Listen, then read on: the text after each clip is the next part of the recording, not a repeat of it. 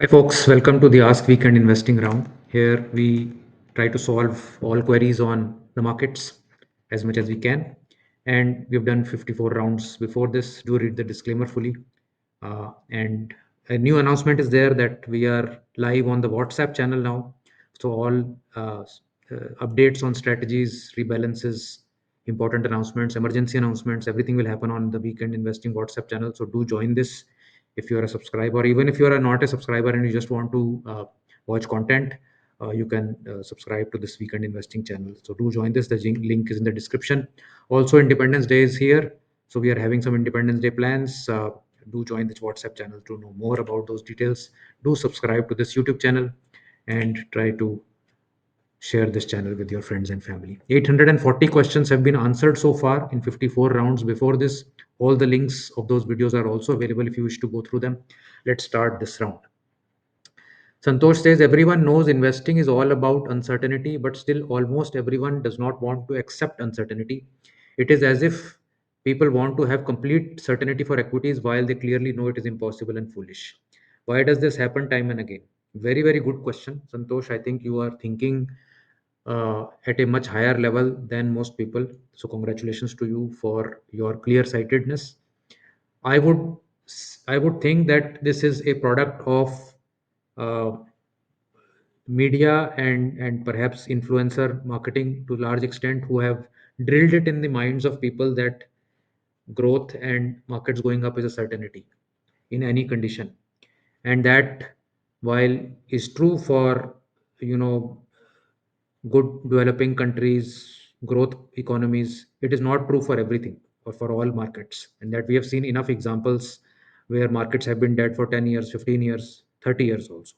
So it is best if rational expectation is kept with the markets. Asset allocation is done so that you are not found stuck with one asset class. Um and while we talk a lot about demographic dividend of India and next 30 years of growth, it will just take one bad election to derail everything for at least 5 years. So uncertainty is looming large at all times. It is just that we have been very lucky in the last 30, 40 years that we've done well. I'm not at all saying that this will not continue. What I'm saying is that be real, be acceptable of the fact that if something goes wrong, next 5 years could be down the drain. Anything can happen. We're talking nuclear threats these days. So we need to be very, very real, and intelligent people in the market will know that this blindfold acceptance that buy equity, it goes up and then everything is hunky-dory. uh, it is good till the party lasts. So so so uh, it's good that you are thinking that way. It does not mean that you don't have equity exposure. It just means that there is risk involved with equity. Hari says plain index investing, asset allocation, regular rebalancing has worked for the past few decades. Do you see the same for the upcoming decades, or in your opinion, there are disruptions which are possible? So it is some sort of an extension of the previous question that was there. Um, Again, I would say that there was not so much emphasis on asset allocation in prior decades, purely because we were in a high growth scenario for many mid periods within that period. And we are now in a situation where we are always the most expensive market, or everything is sort of companies which are growing at 5 to 7% are being valued at 80 times earnings or whatever. uh, in the name of quality, any price is justified. So as long as money continues to pour in, there is no problem, because like we don't watch price earnings ratio and those kind of things. We are watching liquidity. Liquidity keeps coming in. I mean, 80 will go to 160 also. It will go to 300 also. So there is no end to where a market or a stock can be, as long as liquidity continues to come in, and liquidity will continue to come in as long as the story is intact, as long as people believe that there is a better future tomorrow. So there is disruption possible. If you ask me, is there a possibility that this trend may get disrupted? Yes, there is a possibility, but should we stop investing because of that possibility? No. It is just like saying that I have medical insurance but I've never used it. Does that mean that I should not continue having medical insurance? I am hoping to be healthy, but if disaster strikes, I perhaps will have to use it. So that's the same way where we've not had huge disaster yet. There was one in 2008 and a small one in COVID. But who's to say what can happen tomorrow if Mr. Trump and Mr. Putin don't align with each other? We will have World War III. Vishwanath says, is it better to build your portfolio around a style you believe in or one you can actually stick with through tough times? Absolutely. There is no doubt about it. You have to believe in what you're doing and you have to do in what you believe. If these two start to go divergent, and as soon as the market will give a tough environment for you, your belief, whatever little belief you had built in, will also go away. So you must do what you believe in. There is absolutely no point in putting money if you don't have belief. At what point should one be trying out different investing styles or even try to filter and stick to one single style? So, as you are perhaps building your nest at a younger age, middle age, by that time you should try out everything. So that in the first decade, you figured out, you've seen a full business cycle also. You know what is working for you, what is not working for you, what suits you, are you. And you probably in the first 10 years also will realize what type of investor you are. What is your own personality trait? Are you a patient person? Do you like to sit in losses for long periods of time? Do you not like losses at all if you're like me? Um, do you care about being right or do you care about making money? uh, in terms of, I called this stock at 50 rupees and it has been sitting there for 10 years, but I want this, that one day I should be proven right. That is one way of thinking. The other way of thinking is, I bought this at 50 rupees, it is down at 40, my thesis was wrong, I'm getting out of it. So different type of approach can be there in the markets. You have to figure out who you are. It's easy for me to say figure out, but it's very difficult. I figured it out for probably in 15, 17 years. I was very slow in figuring out my own self. Uh, so good luck with that. Sarita says, why do US mega caps are so volatile despite their size? Is it an indication of larger retail participation or larger intraday trading on these stocks? Very good question. I'm very happy that weekend investing audience is asking such mature questions, which I'm struggling to give answers to. But in my view, and I could be wrong here, the kind of liquidity, the free float that exists in the US stocks is huge. Like in India, we have a lot of promoter holding, big promoter holding, 70%, 60%, institutional holding. Retail holding is still small for most part of it. Whereas in the US, it is much larger retail participation, as you've rightly pointed out. And for most stocks, there are no limits on how much they can move. I mean, there are stocks which will move up 300%. There are stocks which will move down 80% single session. So it is a completely free market from that perspective. And they have pre-market session also. They have post-market session also. They've almost made it a full day thing. So even on low volumes in pre-markets, stock gets discounted. So a lot of algorithmic influence is there in the US markets. In fact, the whole world trades in the US markets. Every good trader in any part of the world trades in the US market. So it's like a huge ocean of people coming together to trade.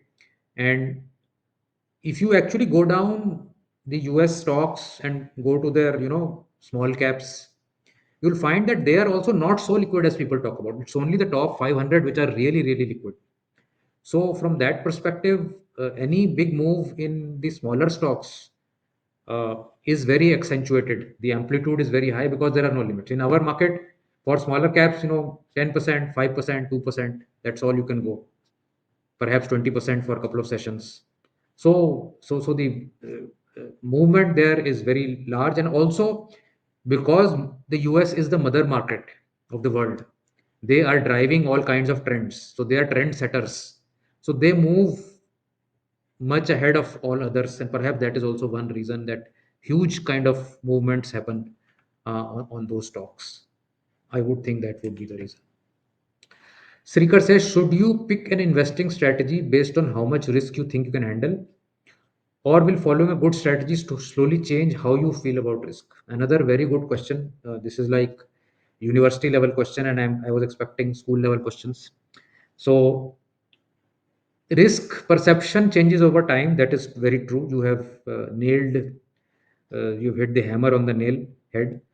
That what you feel about risk today may change after some time. The way you see volatility and adapt to it also gradually changes over time. So from my own example, I can tell you, when I was investing or trading 15, 20 years back, uh, I would of course not I was not doing momentum investing. I was doing conventional investing and all those things, and I would continue to wait till blood was dropping from every part of my body, and then I would say, okay, I can't handle it anymore and I'll leave this. So it that those experiences changed me. So I thought I could handle that, but I could not. And then I said, I want to have a strategy where I don't want bloodshedding. I want this investing experience to be pleasurable, at least not painful at all. It can be irritating at times, or perhaps frustrating at times, but I don't want it to be painful. I don't want to lose sleep over it. Even if somebody tells me I'll make 5% more a year in that format, I'm happy to have 5% less. So over a period of time, it things change in your mind also, and then you come around and say, okay, I perhaps will do asset allocation. I know about risk now. I will not put all my eggs in my one basket, or I will not buy only small caps. I'll try to pair them, and so on and so forth. So try few things, and then as you mature along, you'll find that few some of the elements are suiting you well, and you go along that way. I'm not sure if I've answered your question fully, but that's what I have. Vikas says, sir, recently came across news that even gold can be made in lab. So we are now waiting for lab grown gold. Okay. US based firm is doing research on viability. If that happens, gold may lose its shine and we may fall like in diamonds. What is your take on that? So I accept that if they can make gold tomorrow in the lab, gold will do what diamonds have done. Its value will go away. Can that happen? I can't say no. I must admit that nobody really knows how science will progress over the next 50, 100 years. But I know for sure that if we have not been able to go to the moon again since 1960s, then this thing is much farther away. So an asteroid is there where massive amounts of gold lies there, and we can bring gold from that asteroid. We don't even need to make it in the lab, if that is a very expensive proposition. But this bringing gold from that asteroid is even tougher than bringing a small rock from the moon. So it may happen perhaps over hundreds of years. It is possible. I don't see it happening, at least in my lifetime, and I hope to live long. Um, so, from that perspective, anything that has been done in the lab does not necessarily mean that it can be created outside. Like in the lab, you can achieve near sort of zero friction, for instance, but in real life it is not possible to do that. So in the lab also, they have for nanoseconds created a gold like particle, fleeting nanosecond. So it has created this entire thought process that yes, it can be done. um, right now, for perhaps a few decades, don't see that becoming viable. But never say never, because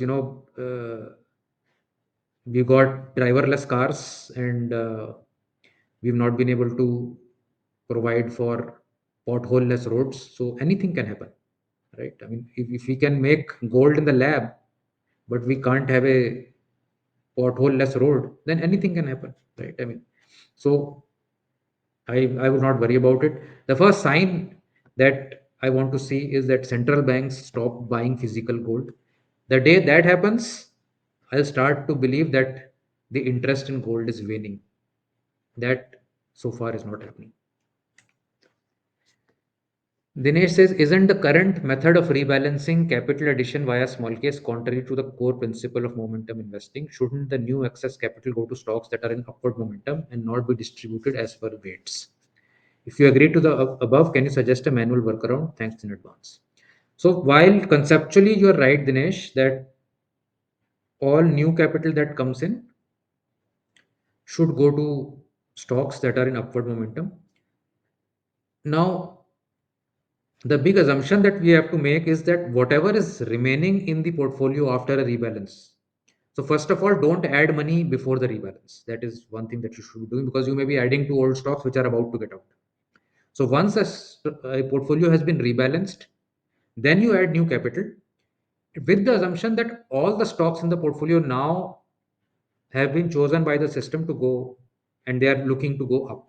They may not go up, but they are, the assumption is that these are the current set of stocks that we are betting on. So from that point of view, I think there is no contrarian aspect to it. But yes, sometimes it can happen that a stock is continuously consolidating for 2 months. The strategy is not letting it go also, and you're adding each month to it, and then it is let go. So to that extent, I will accept your point that in hindsight, you can say we should not have added to this stock. But if we could do things in hindsight, that we then we would, perhaps choose all the best stocks for our portfolios, which is not happening. So I hope I was able to give some answer. Varun says, in what time or when can one expect to be convinced that momentum investing can be part of your main long-term portfolio?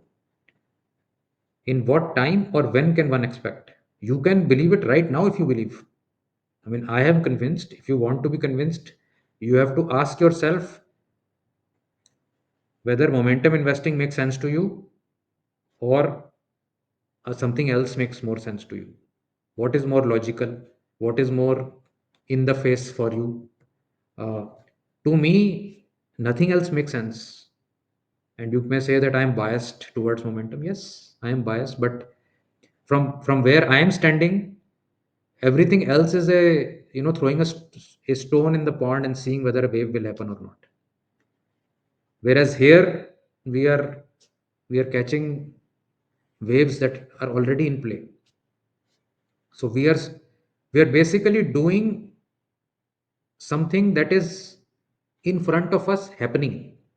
So a stock when it starts to go up is telling you that I have started to go up. You may consider investing in me.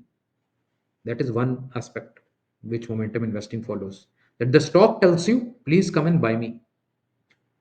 On the other side, you are telling, I want the stock to go up. Sometimes it does, sometimes it doesn't. In the momentum investing, also stock that is moving up, you buy it. Sometimes it will continue to go up, or sometimes it won't. But at least I am not the one, who's imposing on that stock that no, you should go up now. It is not my uh, expectation. The stock is telling me it should be. So just like if you are on the bus station, there is one bus which is trending, one bus which is honking and saying I'm about to move. It's your decision which one you want to board. Anand says, why do sectors don't perform as consistently as the index? That is the whole purpose of the index, to have a multi-sector representation of the economy. Sometimes some sectors are working in the economy, sometimes other sectors are working in the economy, and that's why index is more consistent because it is representative of most sectors. Although very silly kind of weightages are given to many of the sectors.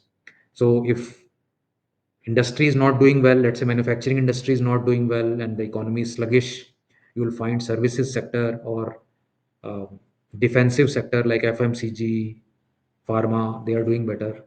So it's a relay race kind of a thing that happens. Can we improve consistency by adding gold? Most definitely, yes. How do you know when it's time to exit a sector that is losing strength? Basis exit rules, whatever the exit rules be for that strategy. How does momentum observe transition into next set of leading sectors? Basis price momentum. So price behavior of whenever stocks of another sector start to move up, and you will do some momentum ranking, you will find that the momentum ranking of sectors that were going down, ranking is going down, these rankings are rising, so you will switch from that sector to this sector. That is very straightforward. Sudhanshu says, in this video, you mentioned about investing through index ETF and rebalance monthly. Is it possible to include junior Nifty, mid cap Nifty in NG5050 as a product? It's a great suggestion. We have thought about this many times. We have not found time to do research on this, but we'll certainly create a new product which includes junior Nifty and mid cap Nifty also. That is a good suggestion. Thank you very much for that suggestion. So we are at the end of the Ask Weekend Investing round. I hope I was able to give some answers, right or wrong, I'm not sure. But do use this hashtag in the comments and we'll take it up in the next one if I've missed any of the questions. All previous episodes are here. If you wish to go through them, do go through them. Thank you so much for watching. Do like and share these videos. Do subscribe to the channel. And also do subscribe to the Weekend Investing WhatsApp channel. Link is there in the description. Thank you so much. Bye bye.